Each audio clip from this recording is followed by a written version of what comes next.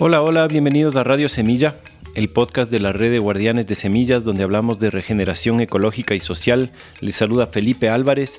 Hoy tengo un invitado de lujo, como ya se está haciendo costumbre, Jaime Culebras, un herpetólogo increíble, o sea que estudia reptiles y anfibios. Tuvimos una conversación que para mí fue súper educativa. Aprendí un montón de cosas que no tenía idea sobre estos animales y espero que para ustedes también sea tan chévere como fue para mí. Les tengo la buena noticia de que a partir de esta semana comienza otra vez la frecuencia semanal. Vamos a estar publicando cada martes porque ya está el programa de membresías al aire, que es en lo que estábamos trabajando. Así que ya están las cartas jugadas. Ahora depende de que ustedes hagan lo suyo y se metan a radiosemilla.com/apóyanos y puedan hacer un aporte mensual. Puede ser pequeño, mediano, grande. Todo es muy bienvenido y muy agradecido. Y ahí pueden ver en esa página un botón que dice beneficios de la membresía, en donde van a encontrar la lista de proyectos que nos apoyan y los descuentos que nos ofrecen. Por un lado, los miembros tienen acceso a nuestra biblioteca virtual, que por el momento es pequeña, pero tiene algunas joyas, guías, recetarios, libros, juegos y cosas que son muy interesantes. Entonces nosotros vamos a ir curando esa carpeta y subiendo cosas que consideremos que sean valiosas para ustedes. Y aparte tienen varios beneficios de varios proyectos, muchos en Ecuador, pero por ahí comienzan a aparecer también beneficios en otros países y muchos de ellos también son virtuales. Por ejemplo, tenemos en Atucpamba un 40% de descuento en todos los talleres y experiencias. Atucpamba es uno de los proyectos más emblemáticos de la red de guardianes de semilla, manejado por Karina y Doménica Damer, pasada y futura invitadas del podcast. Ahí hacen talleres increíbles de permacultura, de ecología para niños, de fermentación, de elaborados cárnicos, de lácteos. Bueno, es una finca impresionante que también de cuando en cuando abren para visitas al público. Y bueno, para los que están cerca de Quito o para los que planean visitar Quito, imperdible asistir a uno de los talleres o a una de las experiencias de Atucpamba. Para más información visiten atucpamba.com, Atuc es con K. También, por ejemplo, está la finca Chungotola, acá al norte del Ecuador por Urcuquí. Es una finca de permacultura, también invitados del podcast, Doris Arroba y Charlie Álvarez. Ahí hacen visitas a su finca permacultural y a los miembros de Radio Semilla nos dan un 50% de descuento en esas visitas y ofrecen dentro del Ecuador envío gratis en todos los productos de su tienda. Eso es aromaterapia, semillas orgánicas, vivero. Tienen unos productos increíbles. Entren a chungotola.com. Y para ver todos los beneficios y descuentos que ofrecen todos los proyectos aliados, visiten radiosemilla.com/apóyanos. Así que ahora sí esperamos que hagan su aporte para poder sostener este podcast que depende por ahora exclusivamente de su comunidad, de su audiencia. Así que contamos con ustedes y vamos a estar entregando cada semana un nuevo episodio. Y gracias mil a los que ya se han sumado y ya están aportando, cada vez son más. Valoramos muchísimo su aporte. Les doy la bienvenida a los nuevos oyentes también, que cada episodio se siguen sumando más de todas partes del mundo. Muchas gracias por escucharnos. Espero de corazón que disfruten de este episodio con Jaime Culebras. Un abrazo. Estoy aquí sentado con el mismísimo Jaime Culebras. Qué gustazo tenerte acá. La primera vez que escuché de ti fue por el Sebascón, que hicimos un episodio de la primera temporada sobre vida silvestre y ahí él te mencionó. Yo dije, wow, Jaime Culebras, qué nombre. Me interesó muchísimo, comencé a seguirte, me pareció increíble el trabajo que haces y bueno, finalmente estamos aquí, así que bienvenido. ¿Cómo llegas hoy, Jaime? Pues primero, muchísimas gracias por la invitación, porque curiosamente yo también había escuchado de vosotros por Sebas. Como comparto bastante tiempo con él a través de la Fundación Cóndor, pues lo mismito, fue algo recíproco, ¿no? Y nada, es curioso porque yo era más ornitólogo que herpetólogo en España, pero siempre tenía ese gran deje por la herpetología y por las serpientes. Y mira, aquí ando ahora haciendo más reptiles y anfibios que aves en Ecuador. Ah, mira, qué bacán. Antes de entrar en esos temas, te tengo que preguntar por tu nombre. Primero, felicitarte porque creo que le pegaste centro con ese nombre que pega así, es como suena como el superhéroe de los herpetólogos. ¿Cómo es que te llega ese nombre? Pues a los 17 años, en un viaje que se llama la Ruta Quetzal, estaba en Costa Rica, era un viaje por Costa Rica, Panamá y por España, Y estábamos en Panamá, habíamos hecho el camino de cruces y habíamos llegado al lago Gatún, ahí cerca del canal de Panamá, y un herpetólogo pues estaba allí con unas serpientes que nos estaba mostrando y yo tenía una pasión por las serpientes desde muy, muy pequeño, pero enorme de siempre, ¿no? Y con la tontería de estar ahí, yo, déjame coger las serpientes y enredar con ellas, estaba yo ahí con él todo el rato, pues los monitores de este viaje me empezaron a llamar así, el culebras, y se fue difundiendo porque hubo como una noticia del periódico sobre la ruta Quetzal que empezaron hablando de mí, de Jaime Culebras, y mi familia me empezó a llamar también el Culebras, y ya es como que se fue regando y ya era nada, el Culebras, ¿no? Y ahí se quedó. Qué bien, excelente nombre para un herpetólogo. Y bueno, tu acento como te delata que eres español. Cuéntanos un poco de eso, de dónde vienes, dónde creciste, dónde naciste. Pues crecí en España, al oeste, en Cáceres. Es una ciudad pequeñita, es capital de provincia, es una zona bastante rural, bastante de la ganadería, de la agricultura, tiene muy poca industria y yo pues tenía la naturaleza muy cerca de casa, ¿no? Yo me iba enfrente de casa, antes de que hicieran un parque, yo me iba a coger serpientes, a coger escorpiones, arañas, y detrás nos íbamos al llamado el campo de los alacranes, de los escorpiones, que le decíamos que era donde yo pues iba forjando mi experiencia autodidacta con los animales, ¿no?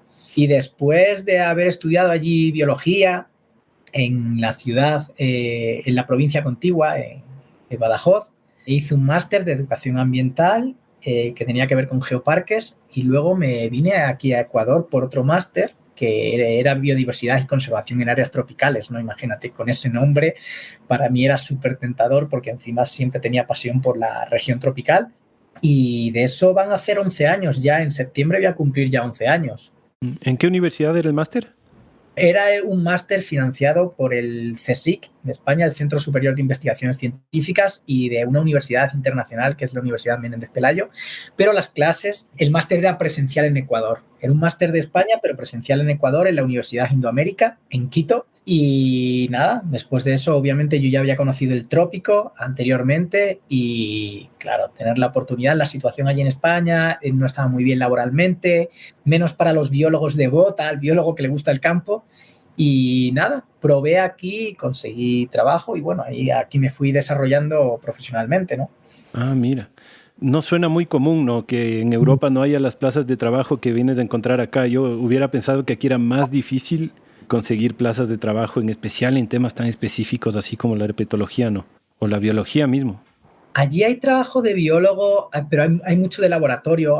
Creo que hay menos de tema de campo. Y yo soy biólogo de campo, o sea, yo encerrado en 4 paredes realmente pierdo la cabeza. Sé que también es una parte súper importante, pero yo necesito mucho, tengo una necesidad realmente de estar rodeado de naturaleza. Y la carrera de biología tiene muchísimo desempleo allí en España.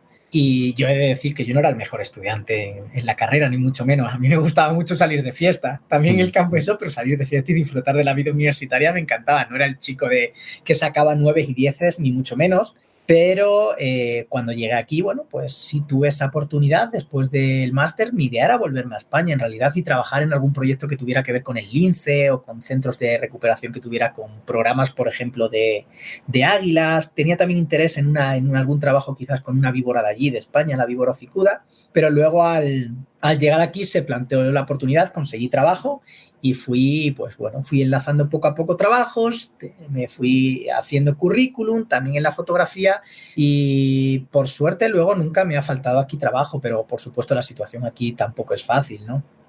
Uh-huh. Pero entonces cuando tú viniste, todavía no estabas como decidido que lo tuyo era la herpetología, ¿o sí? Sí, es que es un poco difícil explicarme a mí porque decantarme al final por, como decía mi tutor del máster, dice Jaime es un motivado de la vida. Uh-huh. Esa frase textual decía Jesús, que fue mi director de tesis del máster, ¿no? Y yo me dedicaba mucho a la ornitología, a las aves en España, pero a la vez mucho a la herpetología porque los reptiles y anfibios me apasionaban. Muchos otros animales también, mamíferos, me gustaba de todo, pero me decantaba un poco más por las aves y por los reptiles y anfibios. Cuando llegué aquí, Yo sí estaba muy interesado en las aves. Imagínate, 1.600 y pico especies de aves, casi 1.700 en Ecuador, con las bellezas que hay aquí. Y me interesaba el tema, por ejemplo, del malaria en aves, que hay algunas investigaciones interesantes y yo ya las conocía de España. Pero llegué al mundo de aquí de Ecuador, que yo tenía un conocimiento sobre la herpetología latinoamericana realmente muy bajo. Y llegué aquí, quedé muy, muy, muy fascinado por los reptiles y anfibios y por el enorme desconocimiento que había todavía sobre esos animales, no simplemente a nivel de taxonomía, de conocer las especies. En aves, más o menos todas las especies están descritas, siempre se hace algún estudio, hay alguna sorpresa como el colibrí del sur, ¿no? El Orotrochilus del sur, algún estudio genético que te puede levantar alguna información extra de quizás una separación de especies, pero en tema de reptiles y anfibios faltan todavía decenas y decenas y decenas por describir, y en historia natural ya ni te hablo, no se sabe nada todavía, entonces eso me fascinó, ¿no? Claro. Para ir entrando un poco en materia, cuéntanos sobre la herpetología en general. ¿Qué animales nomás estudia? O sea, reptiles y anfibios, ¿qué nomás abarca? Porque es bien amplio, ¿no? Bueno, ya sabemos que la logía es el estudio de, ¿no? Biología, el estudio de la vida, y en la herpetología no es el estudio de herpes, que a veces se confunde. También vaya nombre que se escogió para hablar del estudio de reptiles y anfibios. Es curioso porque los reptiles y anfibios son dos grupos animales que no están muy relacionados, pero históricamente se les ha asociado. No sabría decir bien por qué, quizás es porque algunos de ellos comparten el tema de ciertas morfologías, a veces se pueden confundir ciertos reptiles y anfibios, por ejemplo, los cecílidos y los anfisbénidos, que viven en el agua, algunos de ellos. Yo creo que de ahí tiene que ver porque los reptiles están más relacionados, por ejemplo, con las aves, pero al final se llega a que, bueno, la herpetología es el estudio de los reptiles y anfibios y abarca todo, ¿no? Tiene que ver todo con lo que sea, con reptiles y anfibios, taxonomía, biogeografía, historia natural, etcétera. Los reptiles son más cercanos a las aves que a los anfibios. Las aves son los reptiles emplumados, básicamente. Claro. Pues bueno, ahí tenemos aves, reptiles, aves, peces, etcétera, invertebrados, y no es que estén cercanos, es como que si reptiles y anfibios están, hasta podríamos decir que las aves son básicamente reptiles, y luego están los anfibios y luego están los peces, ¿no? Y el ancestro común está antes de lo que se separan entonces las aves y los reptiles. Es decir, hay un ancestro común entre anfibios, aves, reptiles antes. Hay un ancestro común muy antaño, obviamente que podríamos decir los peces, por decirlo de alguna forma, y luego, pues bueno, se desarrolló, se fue dando evoluciones y luego se llegó a la fase ya terrestre donde ya pudieron evolucionar las reptiles, las aves, los mamíferos, que también no los habíamos dejado de lado, y los anfibios que andan ahí un poco en la interfase entre el agua y la tierra, ¿no? Claro, qué interesante. Te estaba contando antes de comenzar a grabar que tengo miles de preguntas porque lancé al chat de la red de semillas, dije, le voy a entrevistar a Jaime Culebras, denme ideas de preguntas. Y la red estalló. Resulta que la gente tiene muchas preguntas al respecto, cosa que no esperaba. En otros episodios me han soltado una que dos preguntas, pero ayer fue como, me soltaron 50, sí. Entonces tengo miles y ayer tuve que hacer el trabajo un poco de desechar las cosas que no te voy a preguntar. Entonces quiero comenzar un poco por la ecología de los anfibios y reptiles. Y la primera pregunta que te tengo es, ¿cuál es la importancia ecológica de estos animales? ¿Qué funciones cumplen en los ecosistemas en los que habitan? Bueno, partamos de la base que todos los seres vivos en la Tierra realmente tienen su importancia y cumplen su función, ¿no? Incluso algunos animales que son bastante odiados o que generan problemas, es el caso de los parásitos, tienen su función que ayudan a la evolución de las especies y a la selección natural, ¿no? Los anfibios y reptiles son muy, muy importantes porque además están, según qué especie, están en medio de la red trófica, ¿no? Hay reptiles, por ejemplo, superpredadores, caimanes, cocodrilos, anacondas, por ejemplo, que están en una de las partes más altas de la red trófica, y otros que podrían estar un poquito más abajo, algunos insectívoros, por ponerte un ejemplo, que son alimento de estos superpredadores y son a su vez, pues, cumplen su rol de alimentarse de, por ejemplo, de invertebrados, ¿no? Entonces, si pensamos realmente en la red trófica de una forma sencilla, para simplificarla un poco, obviamente es mucho más compleja, pero una red trófica es al final unos nodos, imaginemos una red de pesca, que son unos nodos y en esos nodos la unión de la red de pesca son las especies y obviamente las líneas que vemos de la red de pesca son las conexiones entre diferentes especies. Son obviamente un montón de interacciones, son mucho más complejas, como digo, de una red de pesca, pero si nosotros empezamos a perder estas especies que están en medio, me voy a quizás centrar un poquito más en los anfibios que están más amenazados, empezamos a generar huecos en esta red de pesca y esa red de pesca es como una protección o que genera un equilibrio a la biodiversidad y por tanto a un beneficio al ser humano. Si empezamos a romper esa red de pesca pueden empezar a entrar problemas, veas el caso de pandemias, ¿no? La pandemia se deben a todo el daño que hemos generado al medio ambiente, tanto de deforestación, etcétera, y es porque estamos rompiendo esa red de equilibrio, ¿no? Entonces, los anfibios y reptiles, estamos hablando de una diversidad enorme de especies, miles y miles de especies, pues te puedes imaginar la importancia que suponen tanto de depredadores como de fuente de presa para otros animales, para mamíferos, para aves, para los propios reptiles, para propios invertebrados que se alimentan también de reptiles y anfibios, etcétera, ¿no? Uh-huh. A veces, corrígeme si me equivoco, pero he escuchado que a veces son depredadores de sí mismos también, ¿no? Hay ranas que se comen a las mismas ranas de su especie. Sí, correcto. Hay muchos anfibios y reptiles que pueden comerse a las crías, a una misma cría, ¿no? Y pasa en serpientes, en cocodrilos, en caimanes y en ranas también, correcto. Una rana que se alimente de otras ranas, yo qué sé, el Leptodactylus, que es uno que se ve en tierras bajas del Pacífico y en tierras bajas de la Amazonía, como el Leptodactylus pentadactylus, que es uno que canta, que hace que suele cantar cuando llueve. Come en ocasiones ranas y si le pasa una cría de su especie cerca, no va a dudar en comérsela. Come lo que se mueva, básicamente. Sí, sí. Y de pronto, digamos, estabas hablando de relaciones de la red trófica con otros animales y de temas de relaciones con plantas o con hongos. Al menos hay como una imagen o en el imaginario, digamos, cultural, hay como una cercanía también entre anfibios y hongos, o al menos entre sapos o ranas. A ver, antes de seguir con esa pregunta, sapos y ranas, ¿cuál es la diferencia? Eso es sapos y ranas es como un término simplificado que no es muy correcto, sobre todo hoy en día que sabemos mucho más, es un nombre muy antiguo y se solía decir que el sapo era como el rugoso, que no salta, de colores opacos, pero por ejemplo los Atelopus son sapos y son coloridos, de piel lisa. Sapo se le suele denominar a las especies de la familia Bufonidae, ¿vale? Es una familia de anuros, los anuros son las ranas y los sapos, y esa familia bastante diversa, que es donde está lo que se llamaba bufo marino, que ahora es Rhinella marina, los bufos de Europa, etcétera, pero hay más familias que se les puede denominar sapos. Es como un término sencillo para a veces entender, quizás de una forma simplificada, ciertas cosas, pero que no son muy precisas, no son muy exactas, ¿no? Ya, Tampoco. perfecto. Bacán. Bien, ahora sí, aclarado eso, continúo con la pregunta. Estábamos hablando de las relaciones ecológicas, ¿no? De los anfibios y reptiles en sus ecosistemas.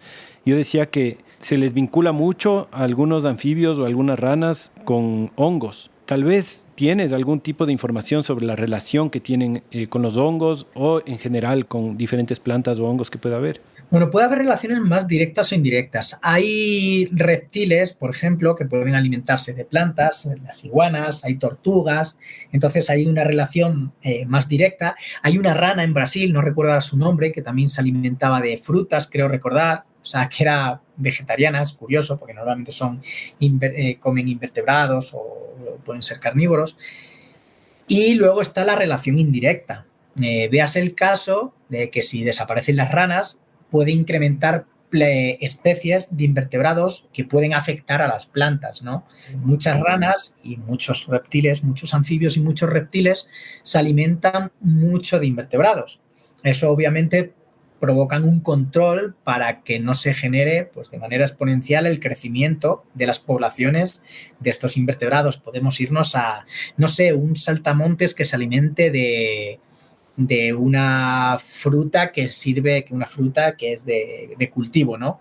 O el gorgojo, de la palma, invertebrados que pueden afectar al cacao. Entonces, habiendo anfibios, se alimentan de estos invertebrados y van a hacer que se reduzca en los problemas que pueden afectar a estas plantas, ¿no?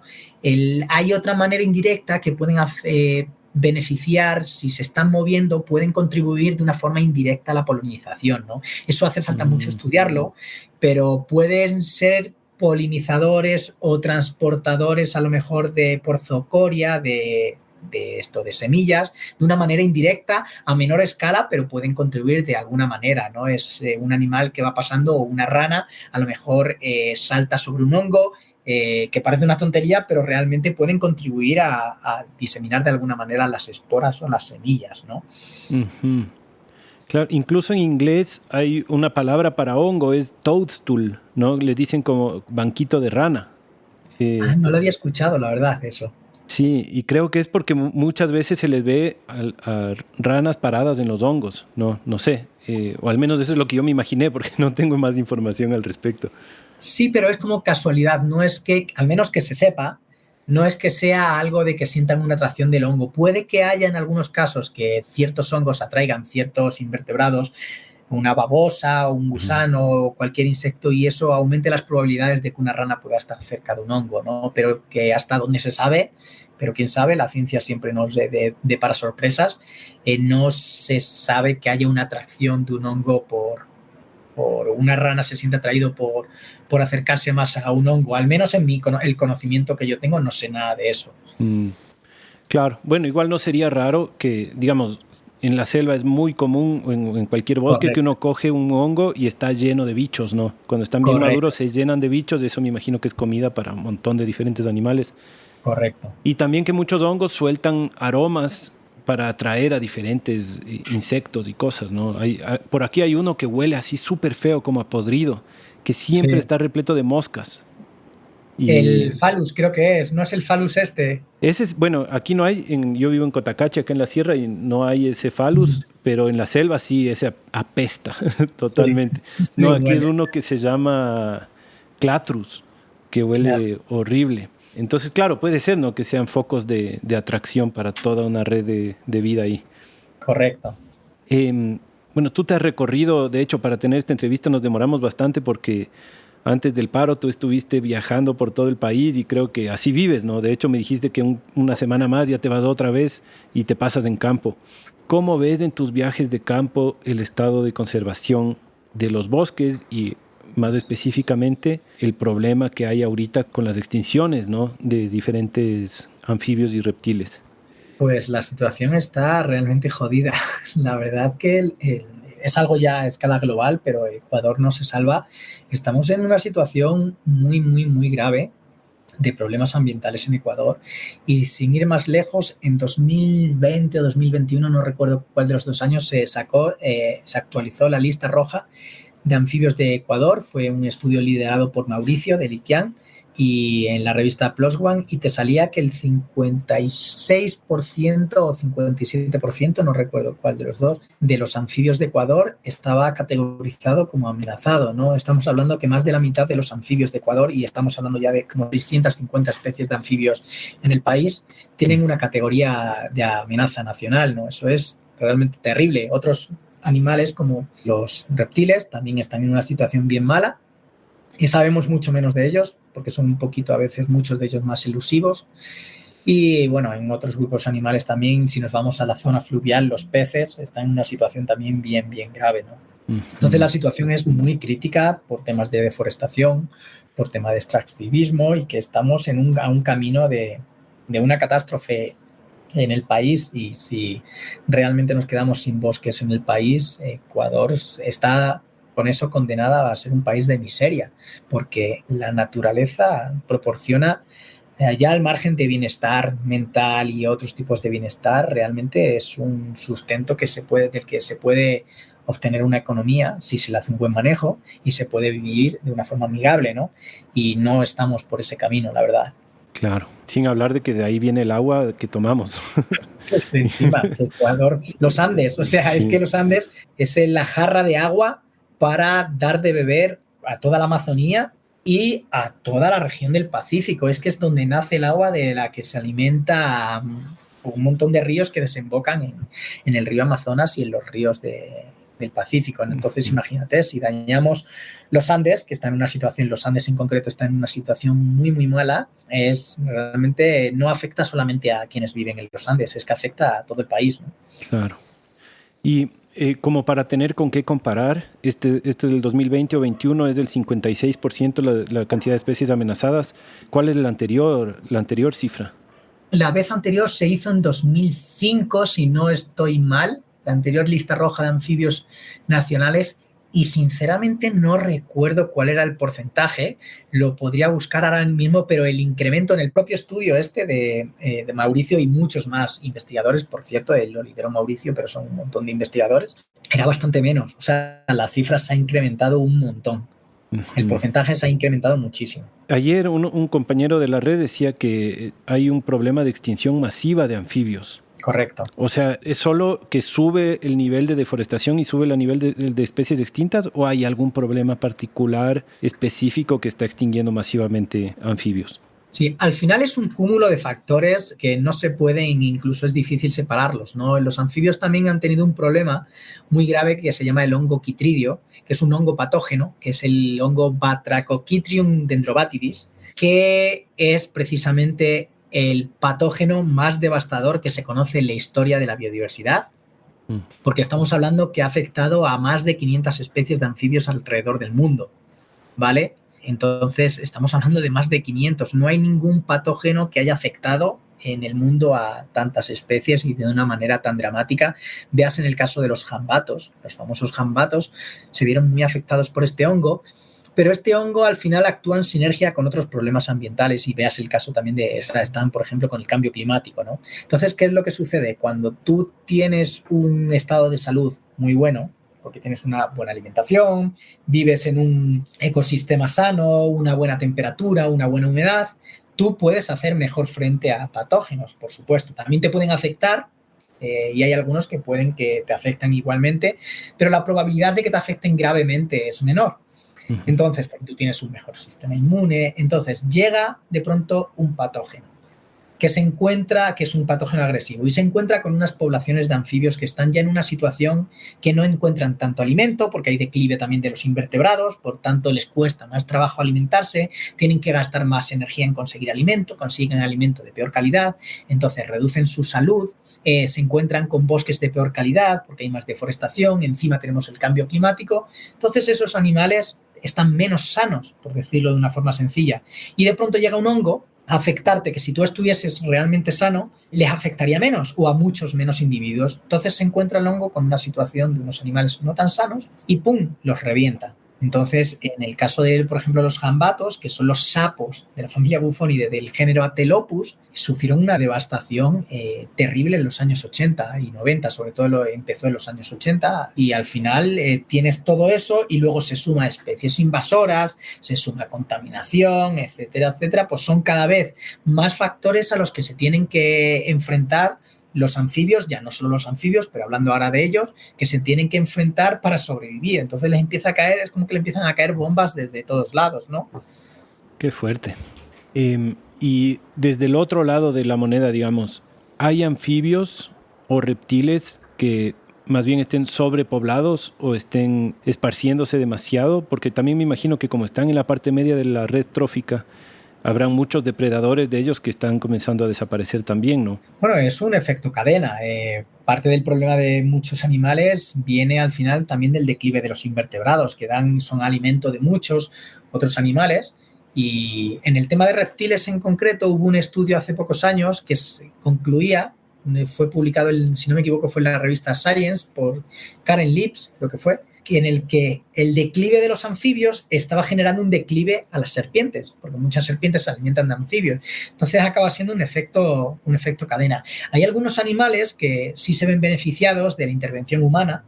Siempre hay animales más oportunistas. En la zona de la costa tenemos la Pristimantis acatinus, que le llaman la rana de potrero, que es una que, si no vives en tierras muy altas, suena que mucha gente la va a conocer ahí en el pasto, y esa pues no se ve afectada por la deforestación. Por la deforestación no la afecta, al contrario, le beneficia, ¿no? Pero son casos puntuales. Luego la Rhinella marina y la Rhinella horribili, estos sapos son capaces de soportar condiciones bastante malas, por tanto, se ven beneficiados por la deforestación, posiblemente porque como hay otras especies que no son capaces de adaptarse, ellos no tienen ninguna competencia y es como que todo el nicho, tanto de alimento, etcétera, queda para ellos, ¿no? Pero en general se ven afectadas las especies debido a la deforestación, ¿no? Y a los otros problemas ambientales.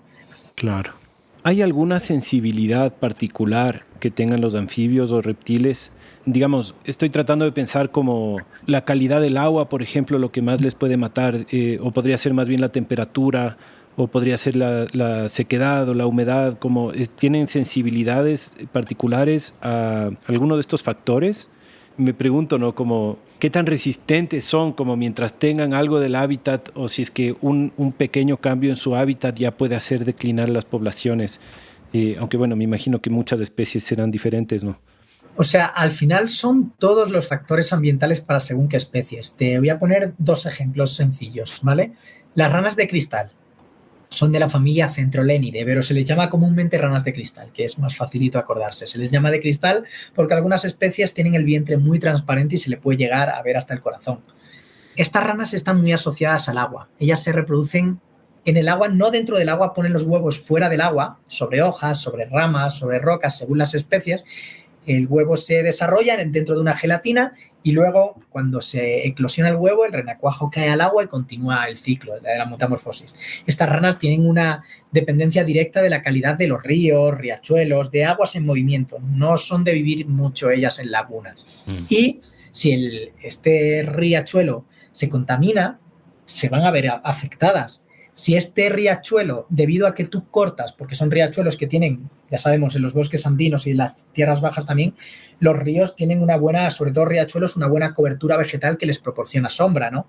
Si tú deforestas las cuencas hidrográficas, los riachuelos, tú estás haciendo que llegue más radiación solar, puede provocar un incremento de temperatura y eso también afecta a los renacuajos. Eso está además demostrado en estudios, ¿no? Había unos estudios que se hicieron de un gran proyecto que estaban involucradas varias universidades, en el que se tenía en cuenta, se estudiaba cómo les afectaba la temperatura, tanto a los renacuajos como a los macroinvertebrados acuáticos, otros ignorados, sumamente importantes en la dinámica de los ríos, ¿no? Entonces les afecta la contaminación, les afecta que cortes la cobertura vegetal. Luego nos vamos a las llamadas las pristimantis. Son las ranas, les dicen los cutines, como el cutín que hay en Quito, unas que suenan tic, tic, tic, tic. Eso está ahí aquí en mi casa algunas. Exacto, esas son ya de tierras más altas. Bueno, los cutines, las pristimantis, son el género de vertebrados más diversos del planeta. O sea, no hay ningún género de vertebrados que tenga tantas especies. Estamos hablando de cerca de 600 especies, o sea, una salvajada, ¿vale? Esas son de aquí, de Latinoamérica, y son ranas que no tienen renacuajos. Todo eso que nos enseñaron en la escuela, si alguna vez te suspendieron por decir que las ranas no tienen renacuajos, tienes que ir a reclamarle al profesor. Porque realmente hay una gran diversidad en los comportamientos de desarrollo de las especies y hay varias ranas que no tienen renacuajos. Del huevo eclosiona directamente una pequeña ramita, ¿vale? Entonces, estas ranas no tienen una dependencia directa de lo que son los riachuelos, como las ranas de cristal, pero tienen dependencia de la cobertura vegetal que les proporciona al bosque humedad y una temperatura óptima para ellas. ¿Por qué? Porque ellas ponen los huevos, aunque no requieren los ríos para sus renacuajos, porque sí requieren la humedad y unas condiciones de temperatura y de humedad concretas dentro del bosque, porque ellas ponen los huevos pues en la hojarasca, debajo de un tronquito, dentro de bromelias, en el musgo, en diferentes lugares. Si tú cortas la cobertura vegetal, vas a cambiar las condiciones de temperatura y humedad de ese ecosistema y les vas a afectar en el desarrollo de los huevos, no van a poderse reproducir bien, ¿no? Entonces, estamos viendo cómo dos especies que tienen dos estilos muy diferentes reproductivos se ven afectadas, una directamente, los riachuelos, la contaminación, a estas pristimantis la contaminación del río no les afectaría quizás tanto, pero les afectaría la deforestación, ¿no? Y tenemos en todos los ecosistemas latinoamericanos, aquí en Ecuador, en todos los ecosistemas tenemos ranas de cristal y tenemos pristimantis. Especialmente en los Andes es donde está la mayor diversidad de pristimantis y la mayor diversidad de las ranas de cristal, ¿no? Entonces, cobra una atención especial los bosques andinos, tanto los ríos como el bosque, que están aledaños a los ríos, ¿no? La rana marsupial es otra que no tiene renacuajos, ¿no es cierto? La rana marsupial tiene unos comportamientos, es que realmente es difícil hablar en términos generales, incluso dentro de las familias. Las ranas marsupiales son de la familia de los semifráctidos y se les llama marsupial por eso, porque tienen ese marsupio, como los canguros, donde meten los huevos, y las hay que tienen renacuajos y las hay que no. Entonces, según qué especie, unas acaban liberando los renacuajos en el agua y de otras eclosionan directamente ranas, ¿no? Es súper interesante los estudios de las ranas marsupiales. Entonces, imagínate, hay ranas marsupiales que sí tienen esa dependencia de los cursos de agua o de lagunas y otras no tienen la dependencia directa de los cursos de agua, pero sí de la humedad, claro. Mira. La otra vez vinieron unas amigas biólogas que les hice otro podcast, de hecho, la Gabriela Galarza y la Alicia Franco. Y la Gaby me aseguró que aquí teníamos rana marsupial, una que tiene un sonido súper grave, súper grueso, pero creo que en realidad es chiquita, ¿no? Esa no la he visto nunca, solo he visto los cutines, pero esa la escucho todas las noches. Una que suena como trac, tac, tac. Exacto. Así fuerte, sí. Hay varias posibilidades por allí, pero una de ellas es la Gastroteca Riobambe, que es la que hay en Quito, Gastroteca Seustes, que también la puede haber en Quito, por allí por el norte también está Gastroteca Orophylax, hay varias posibilidades de especies. Y todas hacen parecido el sonido. Según, sí varían, pero sí tienen varias de ellas sonidos bastante similares, ese tipo de canto. Ajá. Pero son difíciles de ver, muchas veces pueden ser grandecitas, son varias veces más grandes que los cutines, pero se camuflan súper bien. Sí, loco, la otra vez yo le escuchaba, estaba a 1 metro de mí, o sea, yo estaba parado y le estaba escuchando ahí, estaba al frente mío en algún lado, y yo buscaba, me quedé horas buscándole, no le encontré nunca. Sí, se camuflan súper bien. A veces es un reto alguna de ellas encontrarlas, ¿eh? ¿Y qué onda esta diversidad de los cantos? O sea, porque tienen una diversidad increíble, ¿no? Algunas suenan como conejos, otras suenan como aves. ¿Se sabe algo de la estrategia de comunicación de las ranas? Pues está habiendo bastantes avances en los últimos años. Los vecinos compañeros colombianos han sacado varios estudios muy interesantes. Yo no soy experto en el tema de cantos, reconociendo, sí, me encanta estar aprendiendo de reconocer cantos, pero en cuanto a los análisis y los nuevos estudios que han hecho, todavía me tengo que poner un poco al día en ello, y han hecho estudios muy interesantes. Pero bueno, el tema de la variedad de cantos igual, al final es igual que las aves, ¿no? Cada especie pues adapta por un proceso evolutivo que ha venido desde muy atrás, que ha desarrollado un estilo de canto por 1000 razones, ¿no? Hay algunas que puede ser porque a lo mejor en su medio hay mucho sonido, por ejemplo, del agua, y necesitan emitir un canto a cierta frecuencia para que lo escuchen mejor las hembras, ¿no? Entonces, realmente se está viendo ahora un boom de investigación sobre los cantos, porque aquí se estaba en pañales, hay de muchas especies que no se ha descrito el canto. Yo en concreto ahora con unos compañeros estamos describiendo el canto de una de ellas, y hay de otras que queremos describirlo. Les describen en palabras los cantos. Lo describimos se pone el análisis como un diagrama, se pone como el sonograma, y hablas de pues si es pulsar, si es tono, cuánto dura el canto, cuánto entre cada pulso, cuánto entre cada tono, el rango de frecuencia, todos esos detalles se ponen por escrito y con gráficas y con una tabla, ¿no? Qué bacán, ya me está ilusionando las notas de este episodio, porque después seguramente tú tendrás muchos recursos que compartir con la audiencia, diga. Sí, eso espero. Qué bacán. Y otros anfibios, salamandras, no sé, ¿solo las ranas hacen metamorfosis o los otros anfibios también? Pues no, los otros también. Bueno, aquí en Ecuador las salamandras, hasta donde sabemos, hacen desarrollo directo igual que las pristimantis. Del huevo sale directamente una mini salamandra, pero en otros lugares las salamandras sí pueden tener renacuajos. En concreto, en Europa, muchas de ellas ponen los huevos en el agua y de ahí eclosiona y nace. Y en Norteamérica también, que en Norteamérica hay una diversidad del grupo de las salamandras y de tritones enorme. Al contrario, aquí digamos, no somos un país tan diverso en salamandras, pero en Norteamérica la diversidad es enorme y sí tienen renacuajos, al menos muchas de ellas. Ah, mira. Y eso que en la costa lo que más se ve es salamandras, ¿no? Bueno, también porque las manes entran a las casas, están pegadas en las paredes, así. Bueno, o esos no son salamandras. Esos son salamanquesas, ¿vale? Las salamandras son anfibios y las salamanquesas son reptiles. Eso es una confusión muy, muy, muy común que hay realmente.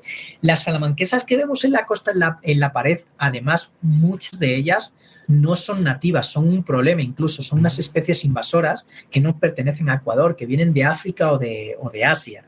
Aquí sí tenemos unas especies nativas en la costa, pero muchas de las que se ven en la costa, por ejemplo, en la zona de Manabí, etcétera, en las costas que no son tan grandes, esos son Hemidactylus frenatus, Hemidactylus mabuya, que son asiáticos, que son africanos, y luego otra que es Lepidodactylus lugubris, que además esa salamanquesa, recordemos que esas son reptiles, tienen una curiosidad que son partogenéticas, que no tienen machos.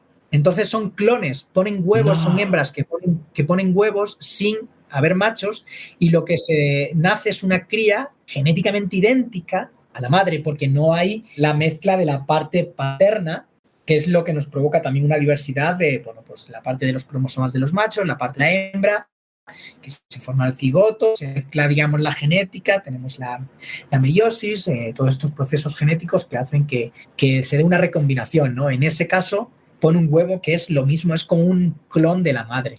Y algunos otros, hay varios animales, varios reptiles que lo hacen también, que se ha reportado, pero son de maneras puntuales. Hay algunas víboras, en Ecuador incluso, que lo hacen, y hay cocodrilos, también lo hacen. El cocodrilus acutus de la costa se ha reportado casos de hembras que están en cautiverio durante años solas y de pronto te pone huevos fértiles, y en el dragón de Komodo también se había reportado. O sea, son un caso muy interesante, pero recordemos, esos son especies que no son autóctonas de aquí y realmente suponen un problema porque pueden desplazar a las especies nativas, y es algo que va a tocar quizás de aquí a un tiempo hacer algún plan para combatir ese problema. Qué increíble, me acabas de dejar loco con ese dato. No puedo creer que las manes ponen huevos sin, digamos, huevos fértiles sin sexualidad, sin reproducción sexual. Sí. ¡Qué increíble! Sí, o sea, una prueba más de que los hombres no somos tan necesarios. Para ellas. Oye, pero eso quiere decir que tienen una estrategia brutal frente a las nativas, ¿no? Erradicarlas me imagino que será una cosa cerca de imposible, ¿no?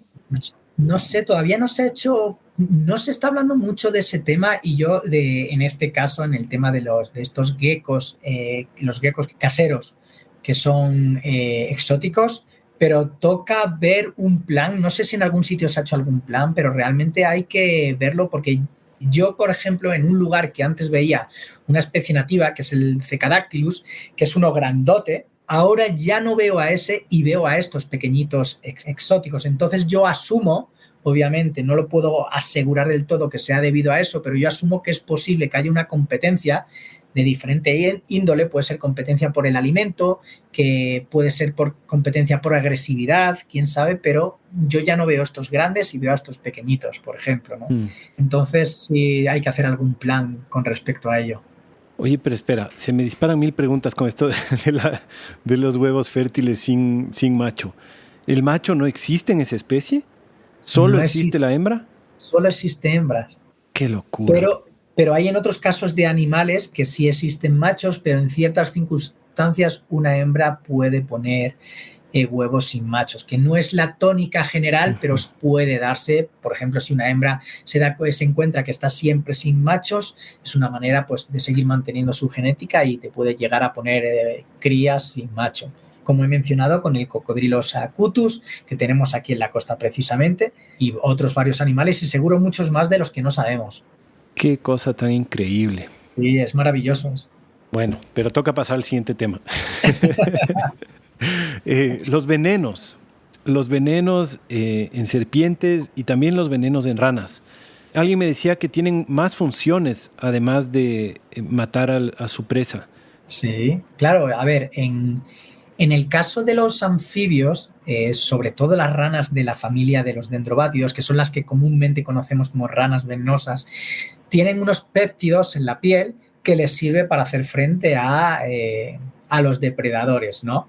Entonces, eso no es para cazar presas, sino para defenderse. Lo mismo que, pues, una avispa que tiene su aguijón para defenderse, por ejemplo, ¿no? En este caso es el depredador intenta comerse la rana, y cuando la saborea es como que ¡puaf, qué asco! O me arde, y entonces la suelta. En el caso de las serpientes, que lo que tienen son colmillos, algunas de ellas, ¿vale?, que tienen colmillos venenosos, lo utilizan tanto para alimentarse como para defenderse. Una víbora, que ya vemos que son las más conocidas, las víboras y las corales en tema de venenos, que son las de importancia médica, las que podrían ser preocupantes en caso de un accidente, de una mordedura, pues ellas usan su veneno para matar a la presa y para iniciar la digestión también de la presa, pero también la pueden usar como defensa cuando sienten una amenaza de un depredador, ¿no? Uh-huh. También las serpientes usan el veneno para funciones digestivas. Claro, exacto, tanto para matar a la presa como para iniciar la digestión. Entonces el veneno también actúa como enzimas digestivas. El veneno tiene, por eso el veneno, por ejemplo, de los vipéridos nos provoca necrosis en un caso de mordedura, provocan daño del tejido porque empiezan, por decirlo de alguna manera sencilla, lo disuelven. Están hechas para descomponer rápido. Exacto, para romper las células y eso, pues, para iniciarla, es como, por decirlo de alguna manera, es como si fuera la saliva nuestra, que también tiene las amilasas, tienen algunas funciones digestivas, ¿no? Solo que son hiperefectivas, ¿no? Me imagino que así es como se comen un venado y lo digieren en cuestión de pocos días, ¿no? Lo tragan y luego, aparte del veneno, bueno, eso es aparte del veneno, las enzimas digestivas que tienen ellas son bastante fuertes porque según una serpiente, un boido, una boa, una anaconda que pueden comerse presas grandes, acaban digiriendo perfectamente todo, pelos, los huesos, o sea, es impresionante las enzimas digestivas que tienen en el tracto digestivo, ¿no? Uh-huh. Qué loco. Quisiera como preguntarte sobre, digamos, hay tantas especies que tú estudias, ya has mencionado bastantes, pero quisiera hacer como que me menciones unas 3 especies de 3 características distintas. Por ejemplo, una que tú consideres que el público debe conocer porque está al borde de la extinción. Una que te parezca la más fascinante de todas, así alguna cosa rara. Y alguna tal vez que haya sido descrita recientemente. Vale, pues bueno, que esté al borde de la extinción hay un montón y podría, en vez de decirte una especie en concreto, te podría hablar de los Atelopus, los jambatos. Los jambatos en Ecuador todos están en una situación terrible. Un ejemplo es el Atelopus longirostris, en la zona de INTA, que tenemos este Atelopus que sabemos que hay en Junín, que solamente se conoce allí, que llevaba un montón de décadas desaparecido y de pronto reapareció la única población que se conoce actualmente allí en el área de Junín. Está en una situación muy, muy crítica, por lo que hacer planes de conservación de ellos es una prioridad si no queremos que desaparezca, ¿no? Y que están amenazados por la minería tremendamente. En concreto allí, claro, la concesión minera allí es una amenaza directa que si se lleva a cabo esa población va a desaparecer seguro. Esa creo que es justo la que nos mencionaba el Sebastián Con en el episodio que hicimos con él, que descubrieron que están como en un rango de 2 kilómetros cuadrados. Exacto. Y no hay en ninguna otra parte del mundo. Esa mismita la redescubrió el equipo del Centro Jambatu, estaba Elisio Tapia, estaba Gustavo Pazmiño, fueron a buscarla, estaban por allí y la encontraron y no se conoce en ningún otro sitio actualmente. Y sí, está en peligro crítico. Hace unos días se actualizó en la lista roja de anfibios de especies amenazadas de la IUCN. Se actualizó porque se consideraba extinta y luego apareció y está ahora ya puesta actualizado como en peligro crítico de extinción y con una estimación poblacional sumamente pequeña. En cuanto, podríamos decir muchas más especies en peligro crítico, porque si estamos hablando que un 56% están o vulnerable o amenazadas o en peligro crítico, realmente tenemos un montón de especies, más de 300 especies de las que hablar de amenazadas, ¿no? Pero claro, el peligro crítico es la categoría más elevada.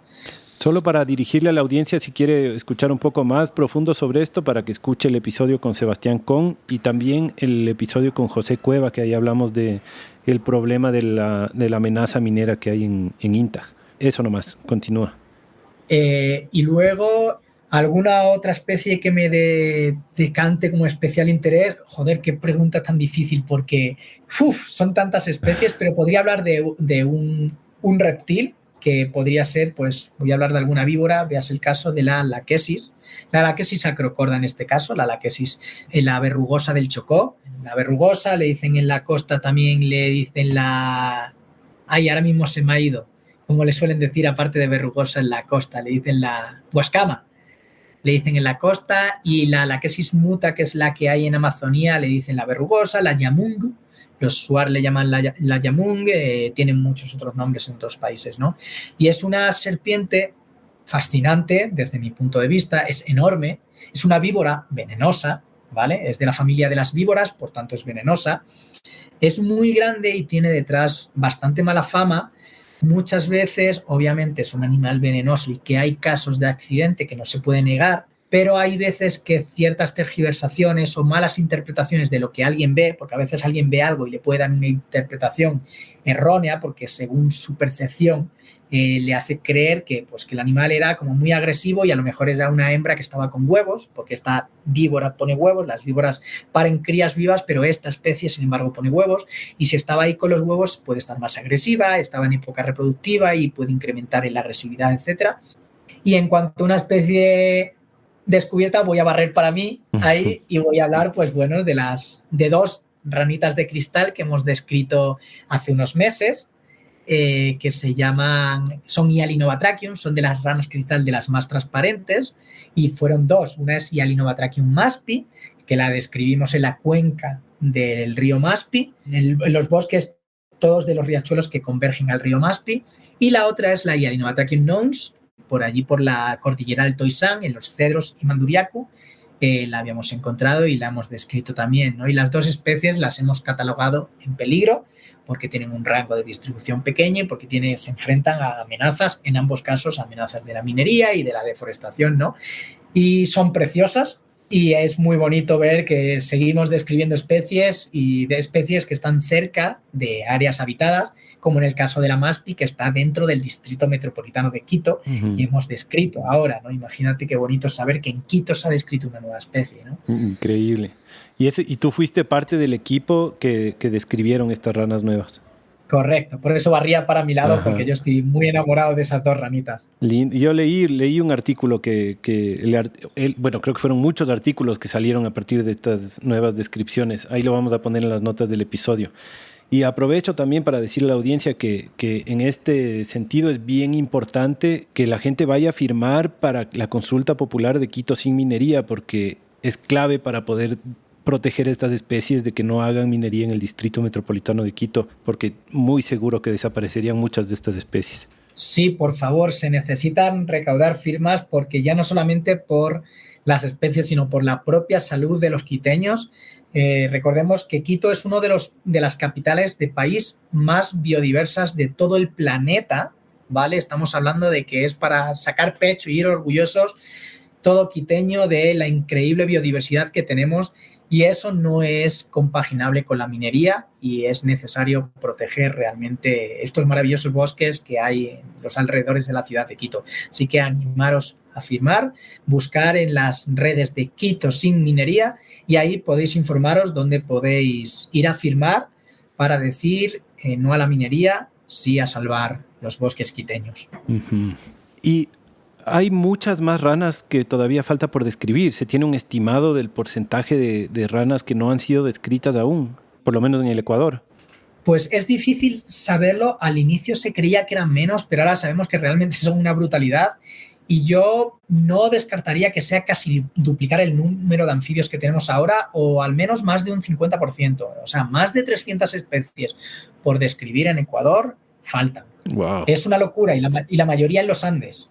Lo que pasa es que los Andes, debido a esa orografía tan increíble que hay, tanto por la altitud que genera diferentes gradientes de temperatura y de humedad según vamos subiendo o bajando, como por todas las barreras geográficas que se pueden crear por los valles y las montañas, pues todo eso genera pues un montonazo de especiación, que las especies se hayan desarrollado y además se hayan desarrollado solo en puntos concretos, que son muy endémicas, microendémicas, que las hay solamente en esos pequeños áreas, y tenemos entonces a cada rincón que llegamos de los Andes, es fácil que encontremos nuevas especies. ¿Y cómo se hacen esos estimados? ¿Cómo se estima lo que todavía no se ha descrito? Eso a veces hacen pues análisis estadísticos basados en el esfuerzo de muestreo, de muchas maneras, ¿no? Por eso yo creo que nadie ha hecho un análisis preciso todavía, son estimaciones un poco de intuición que echamos así a ojo según la experiencia de cada uno. O sea, yo he encontrado más de 50 nuevas especies de anfibios. Imagínate, yo solo de haber encontrado, no descrito, ojo. No quiere decir que haya sido yo el primero en encontrarlas, pero de haber estado en sitios donde he encontrado una rana y digo, esto no está descrito, son decenas de ellas, ¿no? Y no he recorrido cada rincón todavía de Ecuador, sí muchos, pero no cada rincón. Y entonces, a cada rinconcito que vamos, son nuevas especies que encontramos. Ahí en Cotacachi faltan nuevas especies por describir que hemos encontrado, de cristales, de Pristimantis, de otros reptiles. Ya no hablemos en invertebrados, por ejemplo, ¿no? Eso ya es una locura. Y hasta de mamíferos, de roedores, que es el caso de los estudios que hace Jorge Brito, que está continuamente describiendo roedores en los Andes. Entonces, la cantidad de animales y de plantas también que faltan por describir en Ecuador realmente es abrumador. Qué interesante, ¿no? ¿Y cuál es la formalidad para poder describir? Digamos, tú te encuentras una especie que sabes que no está descrita. ¿Qué es lo que tiene que pasar para que puedas describirla? Bueno, hay veces que es porque sabes y otras veces es que haciendo otros estudios te llevas una sorpresa. En el caso de la Tracheum maspi nouns pensábamos que todo era lo mismo, pero al meterle la genética vimos que estaban totalmente separadas genéticamente y aunque se veían iguales, veíamos que eran dos cosas diferentes y ahí en vez de una nos dimos cuenta que estábamos trabajando con dos nuevas especies.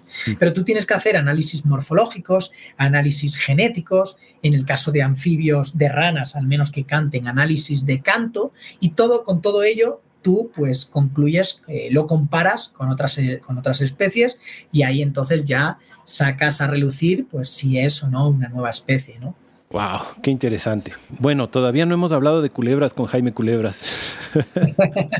Así que, ¿qué tal si nos vamos un poco más ya hacia la parte de la relación de los reptiles? Ahora, en este caso, me interesa un poco más y hablar de las culebras, de la relación con los humanos. Porque es todo un tema, ¿no? Y creo que lo que te decía de este bombardeo de preguntas que me hicieron ayer tenía que ver mucho con eso, ¿no? Como que muchos de los guardianes están en relación directa con muchas culebras, en especial los que están en los trópicos, y están las culebras en el imaginario como un símbolo súper potente, ¿no? En especial en un país católico como este, que las culebras son vinculadas con el diablo, ¿no? Correcto.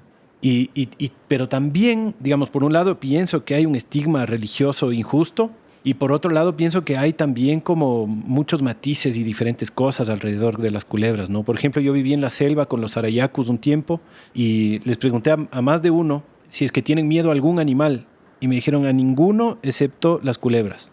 Y claro, no, en verdad representaban un peligro para ellos en el sentido de que tal vez es el animal más letal, el que no le ves si estás caminando, que si te muerde te jodiste. Algunas de ellas, obviamente, y tal vez es más fácil ahuyentar un jaguar o un qué sé yo, ¿no? A que te muerda una culebra que no viste, ¿no? Y claro, antes no había botas de caucho, en la selva tampoco, entonces me imagino que representaban un peligro real. ¿Cuál es tu apreciación al respecto de esto, entre el estigma injusto y la verdadera relación peligrosa con las culebras? Bueno, pues de todo lo que has dicho, todo es muy cierto, ¿no? A ver, hay un estigma, hay una animadversión hacia estos animales en parte injusta y en parte que tiene un sentido, ¿no? O sea, obviamente la parte en la que se le ve como un animal diabólico, malvado, debido a creencias, pues a mí me parece que no es justo, pero no podemos negar que las serpientes venenosas suponen un problema de salud pública. Es más, sin ir más lejos, según la Organización Mundial de la Salud, el ofidismo, es decir, los accidentes por mordedura de serpiente venenosa, son un problema de salud pública internacional que se le cataloga como enfermedad tropical desatendida de categoría A, o sea, de prioridad. El ofidismo supone una muerte de unas 200.000 personas en todo el mundo. Wow. Y principalmente en área tropical. Entonces, no podemos negar de que todas las personas que viven en regiones rurales se enfrentan a un riesgo de mordedura. Entonces, eso hay que entenderlo. Y ese miedo a estas personas que conviven con las serpientes y que tienen ese riesgo, realmente tenemos que hacer bastante empatía en esa parte para entender ese miedo incluso cuando las machetean.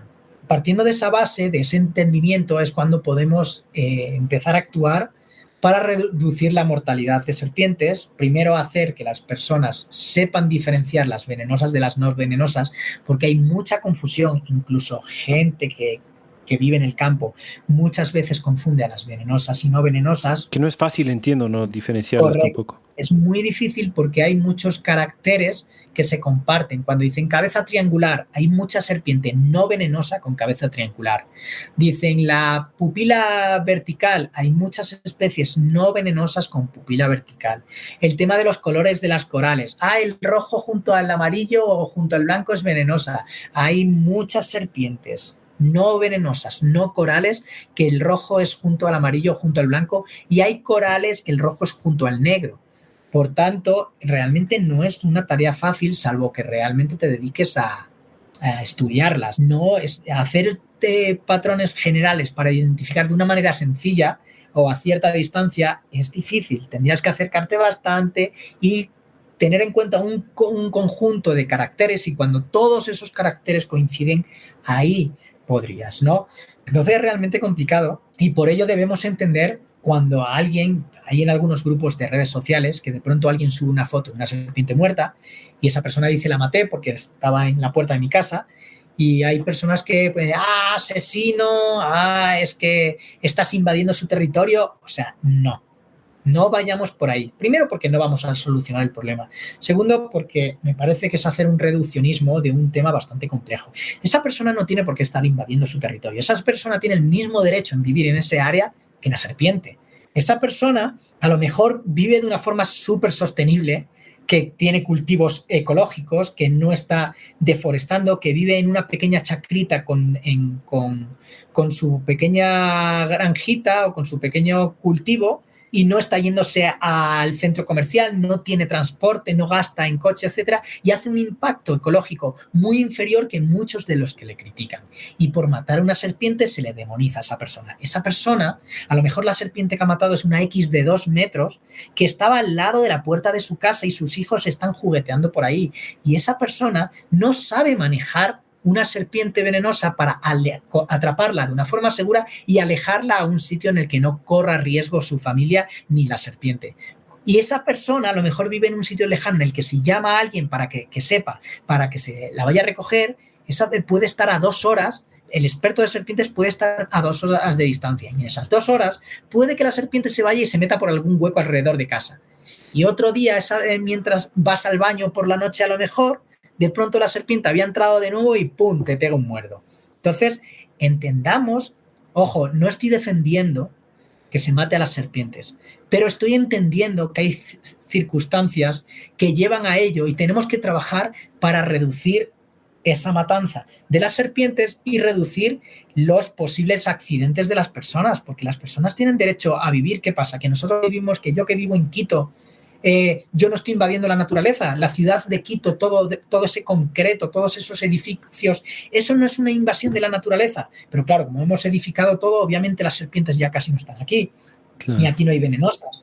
Pero el que vive en su casita, en el área rural, que tiene a 1 metro de su casa la selva, es lógico que le pueden llegar serpientes, y entre muchas de esas serpientes algunas pueden ser venenosas. Entonces es lógico que pueda matarla. Ahora, entonces, trabajemos en la primera fase, diferenciemos venenosas de no venenosas. Una vez las personas empiezan a diferenciarlas, a lo mejor empiezan a matar solo las venenosas y estamos salvando todas las no venenosas. Ya es un paso.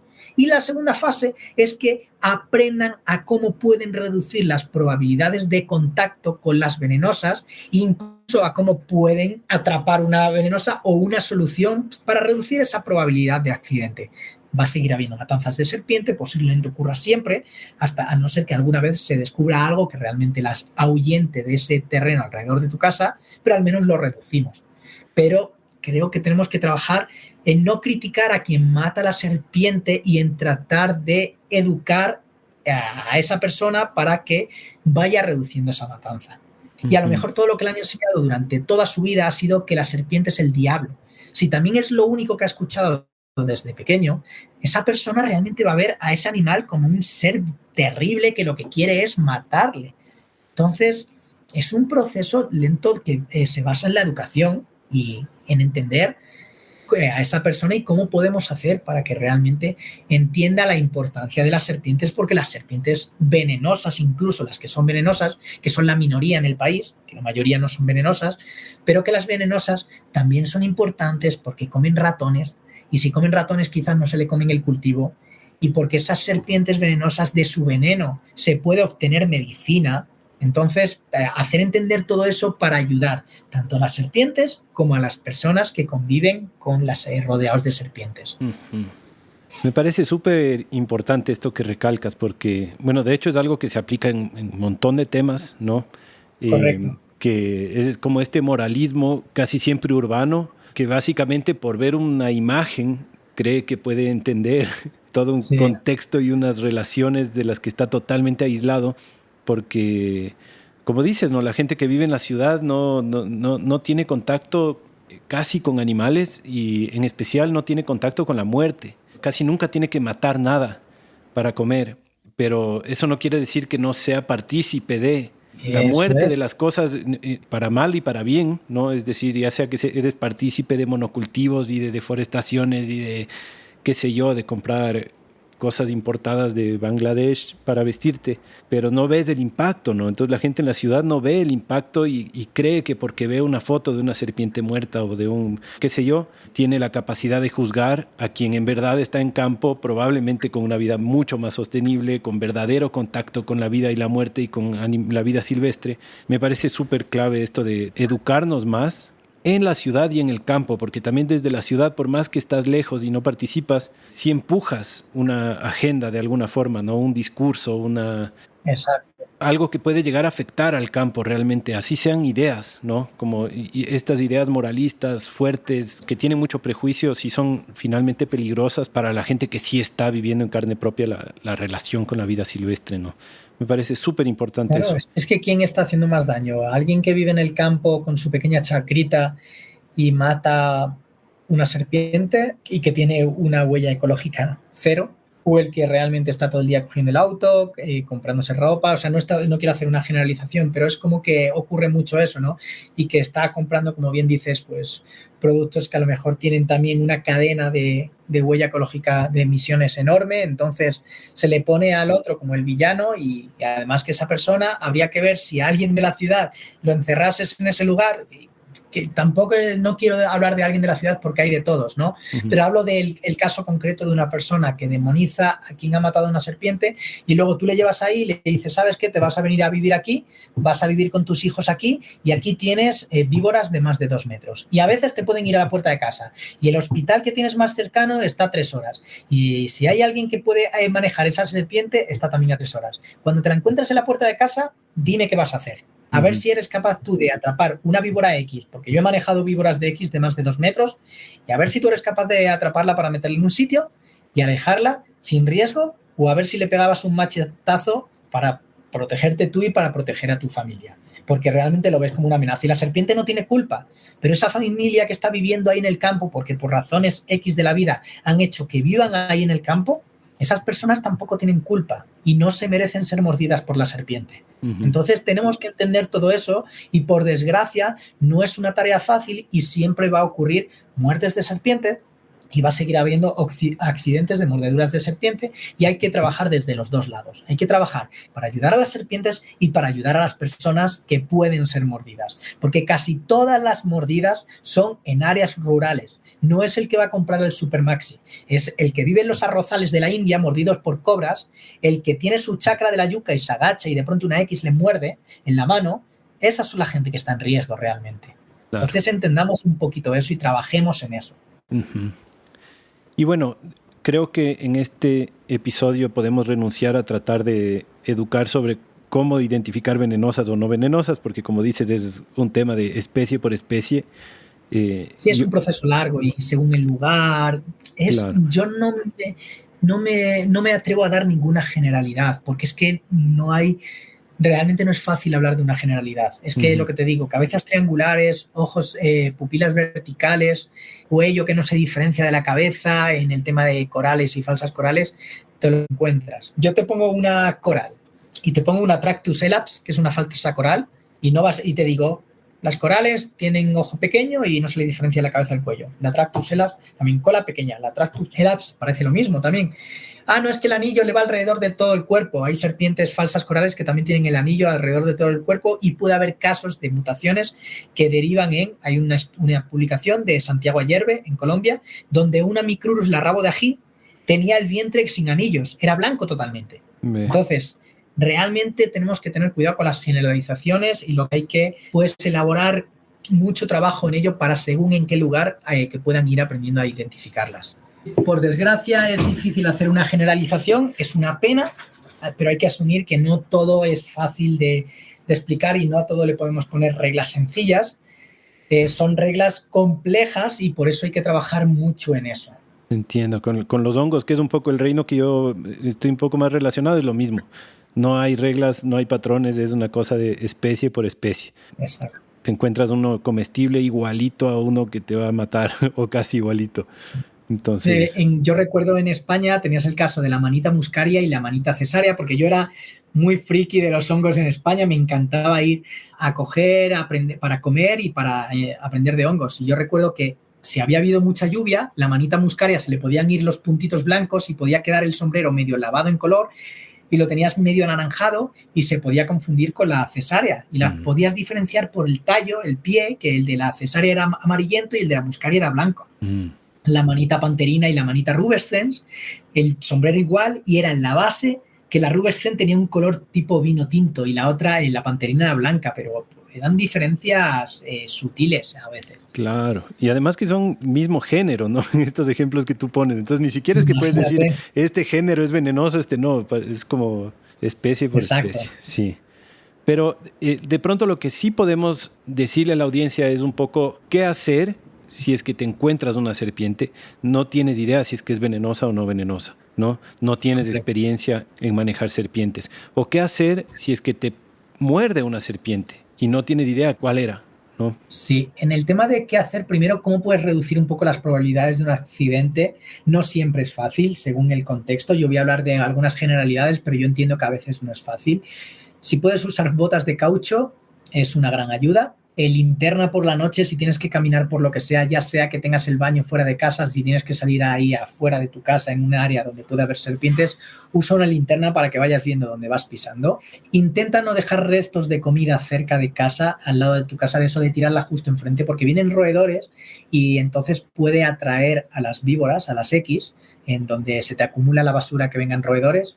Tablones que dejas, que vas acumulando ahí, pues es fácil, que es un refugio maravilloso para muchas serpientes y para las X incluido. Hablo sobre todo de X porque las corales, el accidente con coral es muy raro que suceda, pero también puede suceder, por supuesto, ¿no?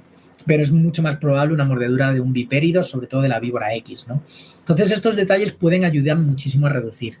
Y cuando vas a coger algo del suelo, pues si puedes revisar bien o con un palo, pero claro, si estás en la finca, en la chacra, agachándote a cada yuca, en cada yuca te vas a poner a revisar primero con un palo. Pues si lo haces mejor, pero yo entiendo que es que en el día a día eso no siempre es fácil, es como que ya hay otra vez a revisar, duplicas el tiempo de trabajo. Entonces hay que asumir esa realidad, ¿no? ¿Y hay tal vez alguna práctica como que puedas hacer como siempre, ir pisoteando duro, por ejemplo, cuando entras a la chacra, a ver si se alejan? ¿Hay alguna cosa que les aleje? Con un palito tú obviamente puedes ir como golpeando delante tuya, como si fuera a modo del bastón de... Como ciego. El típico bastón de ciego, de invidente, pero la serpiente va a tender a huir. Lo normal es que una víbora, cuando te ve, va a huir. Hay en ocasiones que se quedan enrolladas, quietas a lo mejor intentando pasar desapercibida o se te quedan así como en alerta y puedes tener la mala suerte de que pisas, no tienes ni que pisarla a ella, puedes pisar al lado de ella y ella se asusta, piensa que tú le vas a hacer algo y te puede morder, ¿no? Pero obviamente las probabilidades las reduces un montón si tú vas con el palo haciendo algún escándalo así, ¿no? Porque sientes la vibración, vas moviendo o a lo mejor incluso la golpeas y ya se va a ir. Hay veces que al huir ella, huye en tu dirección. Entonces a veces así se asume que es que te ha perseguido. No, ella es que ha huido en una dirección porque no sabía de dónde llegaba la amenaza y ha tomado un camino, el que sea. Y ese camino a veces es en tu dirección y no es que venga a atacarte, es que está huyendo. Y claro, y de pronto te ve a lo mejor, entonces ahí es cuando reacciona. Pero su mecanismo de eso, que tú la ves a unos metros y sale huyendo y a veces viene hacia ti, es porque está huyendo, no porque viene a atacarte. Entonces, esos detalles es lo que decía antes de que puede dar esa percepción a veces, puede dar esa confusión de entendimiento, de cómo interpretar un hecho, ¿no?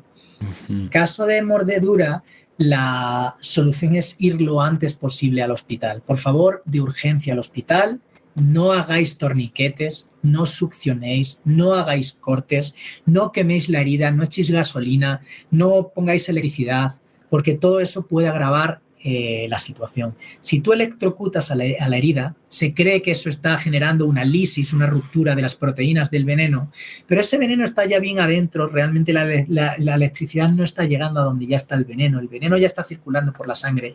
Y el problema de que tú le pegas electricidad, te vas a generar una herida. Y el veneno de las serpientes provocan daño en el tejido, en las células, en tu músculo, en tu piel, etc. Si tú encima le incrementas otro daño, como un corte o como electricidad, vas a incrementar ese problema, vas a aumentar las probabilidades de amputación. En el caso que te haya mordido en una mano, por ejemplo, vas a incrementar las probabilidades de que eso necrose más, y la necrosis puede generar también en un problema de fallos renales, por ejemplo, ¿no? Entonces, la solución es lo antes posible al hospital y dentro de lo posible mantener la calma todo lo posible. Pero recordemos, no torniquetes, no nos demos bebidas como alcohol. El alcohol es totalmente contraproducente. No vemos con el antiveneno, los antiofídicos que se llaman, que son una especie de anticuerpos que se desarrollan en algunos institutos de antiveneno, que son anticuerpos normalmente de caballo, que lo que hacen es, esos anticuerpos atrapan las proteínas de veneno y cómo las inactivan. Eso es lo que hace, ¿no? Entonces, es la mejor solución.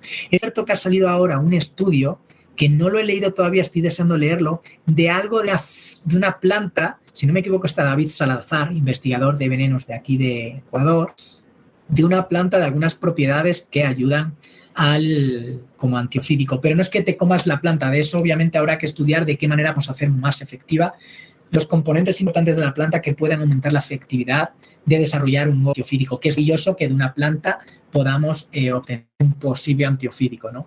Pero recordemos, ir al hospital lo antes posible. Ya. Bien, entonces, mordedura de serpiente al hospital. Olvídate de los trucos que te hayan contado. ¿Sabes qué pasa? A veces se genera por un efecto casualidad, se convierte una creencia causal, ¿vale? Entonces, es común que veas el caso. Las serpientes pueden hacer a veces mordeduras secas, no inocular veneno, ¿vale? O solamente unas trazas, unos restitos de veneno, ¿no? Entonces, a veces ocurre que, imagínate, a mí ahora mismo me muerde una serpiente venenosa, una X, y se me hincha un poco el brazo porque quedan a lo mejor trazas de veneno, pero no me ha inoculado nada importante, se me hincha y tomo café y al final me pongo bien y digo, me ha curado el café. No, claro. Si no hubiera tomado el café, también me hubiera curado porque la cantidad de veneno había sido tan mínima que simplemente el veneno al final ya iba como a irse, ¿no? ¿Y te han mordido serpientes, Jaime? Sí, después de 5 días entre la vida y la muerte, la serpiente murió. No, hombre, una broma.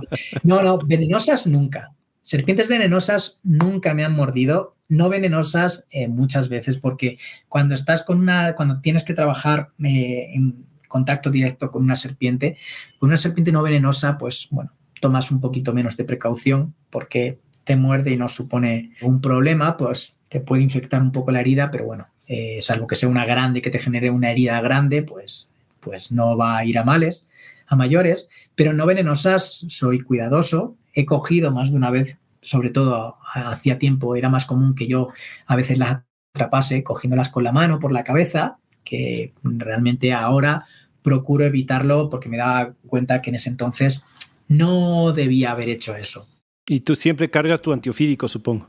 No, porque no es recomendable el antiofídico administrártelo tú mismo, sobre todo los antiofídicos que llegan aquí, que no son los de cuarta generación, que se llaman fagoterápicos.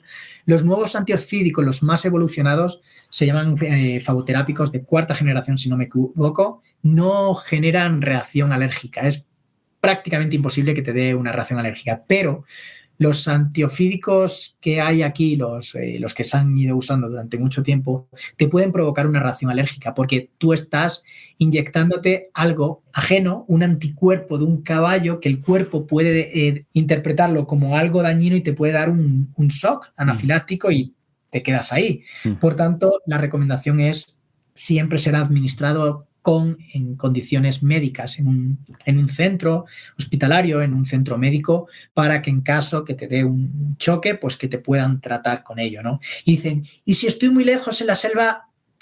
Pues es que lo que te toca es ir al hospital. Aunque te demores 8 horas. Aunque te demores 8 horas. El veneno no tiene por qué matarte en 8 horas. A veces tarda más, a veces tarda menos, pero la solución es ir lo antes posible al hospital. Es contraproducente decirles, si estás muy lejos, administrate tú el antiofídico y pues, es que puedes morirte en 15 minutos por el antiofídico si no estás bajo atención médica. Entonces, hospital. Yo no tengo antiofídico porque nunca lo usaría por mi cuenta, me iría a un hospital. ¿Y existen métodos o técnicas para mantener alejadas de tu casa? Tú ya mencionaste algo como, por ejemplo, no tener como comida para ratones muy cerca, no tener tablas acumuladas muy cerca. Pero también he escuchado que hay como muchas creencias populares o tradiciones de que cierta planta aleja a las serpientes o cosas así. También he escuchado gente que las desmiente. ¿Hay algo que tú hayas visto o que consideres que vale la pena comentar al respecto de eso? Que se sepa con seguridad que haya algo. Hay muchos mitos. Es posible que de las que dicen, a lo mejor una funciona, pero no está probado. Yo he escuchado muchas cosas que no funcionan, tener alejadas las serpientes y no funcionan.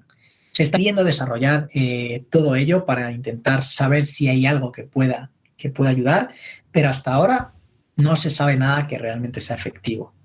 Esto pasa lo mismo, que a veces la casualidad la convierte en causal y dicen, no, yo puse eso y no me llega una serpiente. Uh-huh. Pues creo que tendríamos que replicar eso muchas veces poniendo serpientes cercanas, quizás para comprobar si realmente es efectivo, ¿no? Que se sepa, al menos bajo mi conocimiento, no hay realmente nada efectivo y es tomar estos detallitos que pueden ayudar a reducir las probabilidades de que te lleguen las serpientes. Siempre hay un riesgo de que hay una serpiente que simplemente se está desplazando porque está buscando un nuevo territorio, porque a lo mejor al otro lado de donde tú vives le ha llegado las feromonas de una hembra y el macho está en dirección de, pero reduces las posibilidades con todos esos detalles, ¿no? Uh-huh. Tal vez en el tiempo que te he seguido un poco lo que tú publicas y así, me da la sensación de que te riges bastante a lo que es científico. Pero te quiero preguntar si es que tal vez yéndose un poco más allá de lo científico, tú identificas algo en la serpiente, ¿cómo te digo? Que resalte, no sé si es una cosa energética, una cosa espiritual, qué sé yo, pero a mí sí me llama la atención esto, el mismo hecho de que sea el diablo en el catolicismo, ¿no? Y de que sea como un símbolo tan importante en tantas culturas. Siento que la serpiente tiene como una, no sé cómo llamarlo, ¿no? Como un aura especial, como una cosa potente, así. ¿Tú te animarías a comentar algo al respecto? Hombre, yo no soy creyente, pero sí te puedo decir que cuando veo ciertas serpientes siento como una sensación como de admiración, que te quedas como paralizado, pero como una sensación de amor porque te provoca ciertas emociones súper fuertes, ¿no? Me pasó también cuando vi por primera vez jaguar, por ejemplo, y directamente a los ojos le vi y es como que te quedas paralizado, pero no porque me hipnotizara, sino porque me enamoró. Y con las serpientes, pues tienes siempre esa sensación. Con la laquesis, por ejemplo, la verrugosa que he hablado antes, siempre que la veo tiene una mirada poderosa, pero porque es un animal imponente. Entonces se le podría decir, pues sí, que tiene ese aura a su alrededor que puede ser en torno a la admiración que puede sentir uno y para otros el temor que puede sentir uno hacia esos animales, que te puede quedar como paralizado, ¿no? Sí. Y verás, a mí me pasó cuando vinimos de acá a Cotacachi a vivir que tenemos un terreno en donde una parte es bastante pantanosa y ahí hicimos una laguna y entonces metimos una máquina, una retroexcavadora, y cuando la retroexcavadora movió ese monte encontramos muchas serpientes, pero muchas, o sea, parece que había algún nido por ahí, no sé si se llaman nidos tampoco, disculparás si es la ignorancia, pero bueno, a mí me mató de la pena, ¿no? Porque las desplazamos a las manos y claro, aquí donde yo vivo no hay serpientes venenosas, hasta donde yo sé, creo que todas las que hay son son inofensivas. Y eso me lleva a una pregunta que también me mencionaban los compas de la red, que es como, ¿cómo atraer anfibios y reptiles, obviamente no los peligrosos, para que estén en el ecosistema que uno está generando, ¿no? Porque la máxima de todos nosotros es crear bosques comestibles, es decir, vivir dentro de ecosistemas súper diversos en donde obviamente los anfibios y los reptiles son piezas claves. Entonces, bueno, yo me quedé muerto de la pena de haber alejado a estas manes de mi casa y me quedé también con las ganas de que vuelvan, de cómo hago un rincón en donde que les sirva, ¿no? Y bueno, se aplica mi pregunta a las serpientes, pero también a los anfibios, a las ranas, a las salamandras.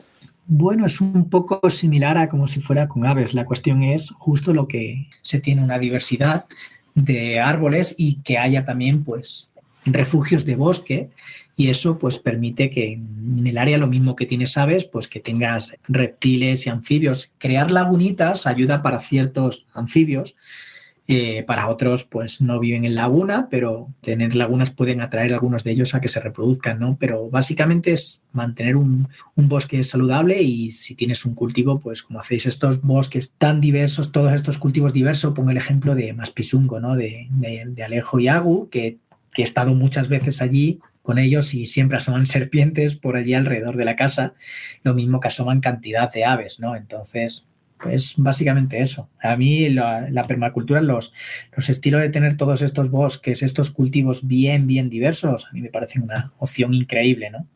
Bueno, para el público que quiera saber más también de Maspichungo, tenemos un episodio que se llama Un bosque de chocolate con Alejandro y Agustina. Y qué rico chocolate, por cierto. Qué riquísimo chocolate, totalmente. Y, cierto, del veneno me estaba olvidando de una cosa, ¿no? Si es que, ya dijiste qué hacer si es que te muerde una serpiente venenosa. Y una rana venenosa, si es que agarraste una rana y comienzas a tener una reacción alérgica, ¿qué tan peligrosas son las ranas? Topar una rana que pueda ser venenosa. A ver, lo normal es que tú por agarrar una rana no te pase nada. También depende de cada persona. Por ejemplo, hay gente que puede ser más propensa a reacciones por tocar ciertas cosas y a otras personas no. Hay algunas ranas que incluso no están dentro del grupo de los dendrobátidos, que si tú las tocas y luego te tocas, por ejemplo, los ojos o la nariz, te puede dar como estornudos o te pueden arder los ojos. Entonces, lo ideal no es tocar las ranas, porque también puedes, sin querer tú, transmitirle algo. Cuando digo transmitir es, yo qué sé, tú has tocado algún ungüento, has tocado algo con alcohol, algo con aceite o un antimosquitos, por ejemplo, un repelente que puede afectarles. Yo, por ejemplo, en el campo no uso nunca repelente. Creo que uso una vez al año, si acaso, porque ya es insoportable, ¿no? Pero nunca uso repelente porque como muchas veces tengo que trabajar teniendo que manejar algunos anfibios, prefiero no tener repelente porque las puedo matar. Uh-huh. Pero en caso de que hayas tenido que tocar una, pues lo ideal es que luego te laves las manos y no tocarte la cara, porque algunas sí pueden realmente provocarte un ardor fuerte e incluso estar un rato sin poder ver bien o sin poder ver durante un tiempo, durante unas horas. Te voy a contar una curiosidad en el tema cuando se habla de reptiles y anfibios venenosos. El término en español no hacemos distinción de venenosos, si es venenoso porque te inocula con colmillos, por ejemplo, o venenoso porque tiene la piel, porque al comerlo tú dices, por ejemplo, un hongo venenoso, lo mismo que una serpiente venenosa. Uh-huh. Pero en el término inglés tienes la diferencia de venomous y poisonous, ¿no? Entonces, venomous quiere decir que es el animal te inyecta a ti el veneno, y poisonous es que tú, el organismo que te comes, te intoxica. Yeah. Entonces, quizás la distinción sería venenoso y tóxico, quizás un hongo tóxico y una serpiente venenosa. Pero hay unas ranas en Brasil, 2 especies que son venenosas, tienen unas espinas venenosas y un veneno potente. O sea, que si te pincha, te inocula veneno. Y luego hay en Asia unas serpientes del género Rhabdophis que, aparte de ser venenosas, liberan toxinas a través del cuello, que si le chupas esas toxinas, pues son tóxicas, ¿no? Entonces, que te dicen, ¿y las serpientes son venenosas o tóxicas? Dices, bueno, hay especies que tienen ambas cosas, y en ranas lo mismo. Mira, qué interesante. Y hay ranas que te mandan en un viaje de DMT también a otra dimensión, ¿no? Sí, por ejemplo, lo del cambo que se hace y con la Filomedusa bicolor amazónica, y en México también hay un sapo que no recuerdo el nombre. Pero del desierto de Sonora. Exacto, ese sapo que también te puede pegar un viaje, sí. Y algunas personas han muerto por quererse pegar ese viaje. Es que el veneno está en la dosis también, dicen. Claro, como todo, exceso de agua te puedes hasta morir también. Claro. Sí, sí. Y ya, qué bacán. Te tengo unas 3 preguntas que me mandaron que no les pude introducir en la conversación. ¿Te las puedo hacer así como tratar de dar respuestas medias rápidas? Ok. ¿Es verdad que existen criaderos de boas para carne? No sé si de boas, pero en algunos sitios sí. En Asia hay lugares que sí se comercializa las pitones. Y si estoy a favor o en contra, bueno, si se hace de una forma sostenible, pues podría ser una manera de alimento mientras que no se afecten a las poblaciones de la naturaleza. No es un tema complicado, por supuesto. ¿Qué les darán de comer ratones? Sí, le darán roedores, pollos, posiblemente también. Ah, claro. Interesante, mira. Eh, ¿Es verdad que el caparazón de las tortugas es como una extensión de sus vértebras? Es parte de como de la parte de, o sea, no sabría decirte si es los mismos componentes, tiene variación de componente, pero está unido a todo el sistema de huesos. Qué increíble me pareció ese dato. De tortugas no hemos hablado nada a propósito, ¿no?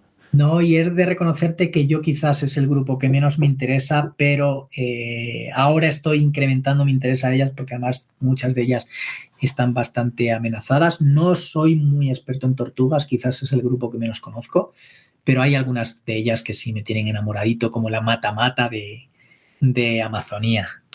¡Ay, qué loco que dices eso! Me trajiste Yo no me había acordado de la matamata, pero me acuerdo que yo de niño tenía una enciclopedia en donde estaba una foto de una matamata. Y yo todos los días, no sé durante cuánto tiempo, estaba enamorado de esa tortuga y iba siempre a la enciclopedia a verle. Y le veía y le veía y le veía. Esa tortuga me parecía fascinante. Es precioso animal, esa morfología que tiene en la cara, no, para mí es Increíble. una maravilla de animal. De ley, qué hermosa. Aquí en la sierra había tortugas. ¿Hay tortugas o ya no hay tortugas? Depende de la altitud, porque sí hay en partes andinas que pueden llegar algunas tortugas, pero no llegan muy arriba. En la zona de Maspi y un poquito más arriba, hasta más o menos 800, 900 metros yo he encontrado tortuga. Encontré una vez a 800 o así una que es la melanosterna, pero y luego en el pueblo Maspi, que bueno, que quieras o no es parte del inicio de los Andes, ahí también te encuentras algunas, por ejemplo. Pero más arriba ya, muy arriba no. ¿Y crees que es porque ya se extinguieron o porque simplemente no es su hábitat tan alto? Yo más bien diría que no es su hábitat. Ya. Otro compañero preguntaba, ¿cuántas especies crípticas calculas que hay en el Ecuador? Uf, es un poco de lo que hemos hablado de especies nuevas. Hay muchas especies también que están actualmente consideradas como una, pero sabemos que en realidad es un grupo son varias especies y Crípticas es como esto que tú decías que creías que era una y resulta que son dos.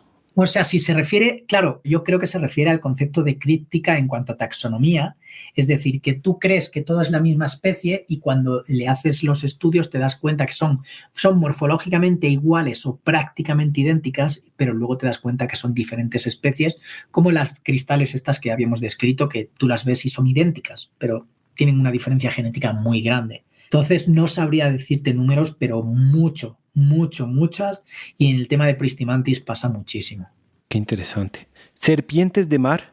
Hay una, aquí en Ecuador tenemos una especie, en el mundo hay bastantes especies de serpiente marina, pero aquí en Ecuador solamente tenemos una, que es curiosamente la serpiente con mayor distribución del mundo, que es la Hydrophis platurus, es la conocida serpiente marina, la hay en la costa, es, por cierto, muy venenosa, pero es extremadamente poco agresiva y salvo que la agarres, jamás te va a morder.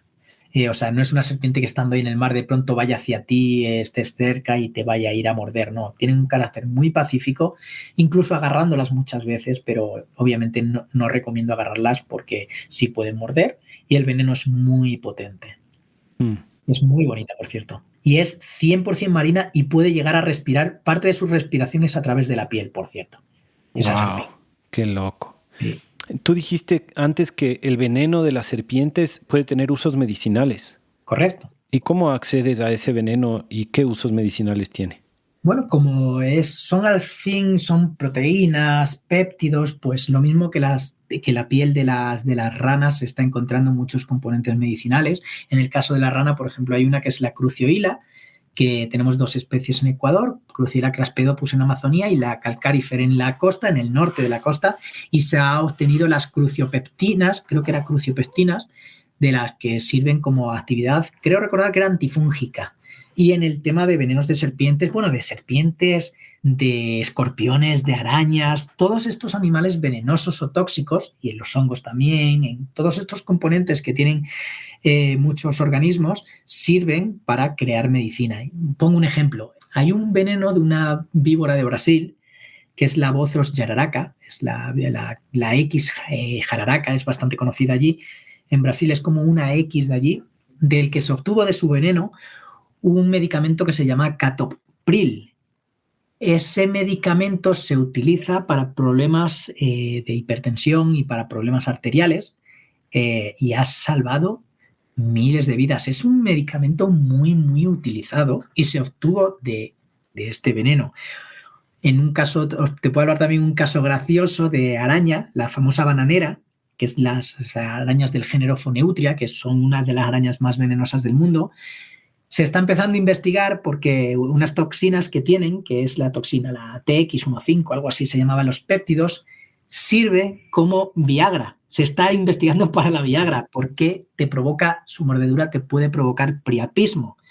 Es decir, digamos que te provoca una erección involuntaria y claro, es involuntaria y el priapismo es realmente un problema fuerte, pero si con ese veneno se está investigando para hacer una Viagra. Así que realmente dentro de los animales venenosos y tóxicos tenemos una fuente inmensa de potenciales médicos. Claro. Como la epibatidina, la Epipedoates antoni, la ranita esta de la costa del sur, que está este medicamento, esta componente que es como unas 100 o más de 100 veces más potentes que la morfina, ¿no? Wow. Entonces, sí, es fascinante. En el tema de los venenos para la medicina realmente es una fuente brutal, claro. Una razón más para proteger estos animales y investigar sobre ello, ¿no? El veneno está en la dosis. Sí, eso es. Oye, y algo que no te haya preguntado, tal vez que me faltó preguntar, que te interesaría decir. Pues no, solamente que me encanta estos podcasts, que hablemos de esto y me encanta pues que encima hayamos mencionado la importancia de la sostenibilidad, de la permacultura, de darle valor a quienes hacen cultivos heterogéneos y que viven en su día a día de la forma más amistosa posible con el ambiente, ¿no? Y que, bueno, tenemos bastantes amigos en común y que es súper guay, ¿no? Poder conectar a través de otro amigo y que hayamos conectado para hablar de estos temas tan interesantes, ¿no? Sí, genial. Qué bacán, qué lujo de invitado. George Fletcher decía, ustedes quieren cubrir un semestre de herpetología en un solo episodio de podcast. Y bueno, no sé si cubrimos un semestre, pero hicimos lo mejor que pudimos. Sí, hemos hablado de un montón de cosas, algunas así cortitas, pero ha sido súper bonito poder hablar de tantos temas, de los reptiles anfibios, porque son animales muy ignorados y nos guiamos muchas veces yo empleo mucho el término peluche, que a veces prestamos mucha atención a animales que también son importantes, pero nos fijamos en los pandas o en los jaguares, en las jirafas, los rinocerontes, etcétera, etcétera, en los monos, que son realmente importantes, pero estos animales, los reptiles anfibios y otros también, no solo reptiles anfibios, son muy ignorados y cumplen un rol extremadamente importante en el bienestar humano. Entonces sí tenemos que darles más atención e incrementar el apoyo en la conservación de ellos y en la investigación de ellos. Y uno de esos apoyos es incrementar el apoyo económico, por supuesto, para la investigación y para la conservación de ellos. Vacancísimo. Jaime Culebras, ha sido un honor, un gusto, un placer. Muchísimas gracias por darnos tu tiempo y eso, hermano. Qué lindo episodio, me ha encantado. 1.000.000 de gracias a ti por esta bonita invitación. Bueno, que tengas linda noche y gracias a todo el público. Chao, chao. Chao.